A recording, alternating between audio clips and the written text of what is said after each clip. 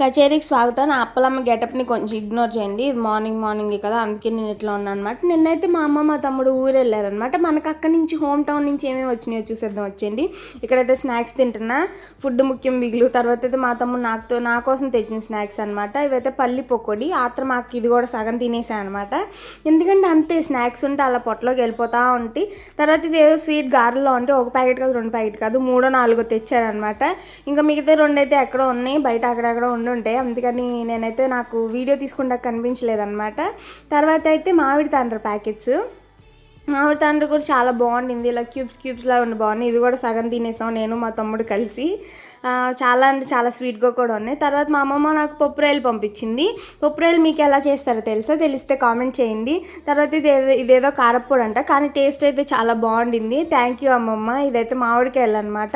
మామిడికాయలు కూడా ఇంకా చాలా అంటే చాలా ఉన్నాయి, కానీ వీడియో తీసుకోలేదన్నమాట, చేతికి పట్టవని చెప్పి. తర్వాత మా చెట్టుకి పండిన అరటికాయలు అనమాట ఇవైతే. మీలో ఎవరన్నా విజయవాడ కానూరు దగ్గరలో ఉంటే కనుక కామెంట్ చేయండి, వచ్చి అరటికాయలు తీసుకెళ్ళండి. అవైతే ఆర్గానిక్గా పండిన అరటికాయలు అనమాట. చాలా అంటే చాలా ఉన్నాయి. ఇంకా ఫుల్గా అరటికాయ కర్రీస్, అరటికాయ బజ్జీలే అనమాట ఇంకా ఇంట్లో మొత్తం. అంతే ఇంకా ఈ వీడియో.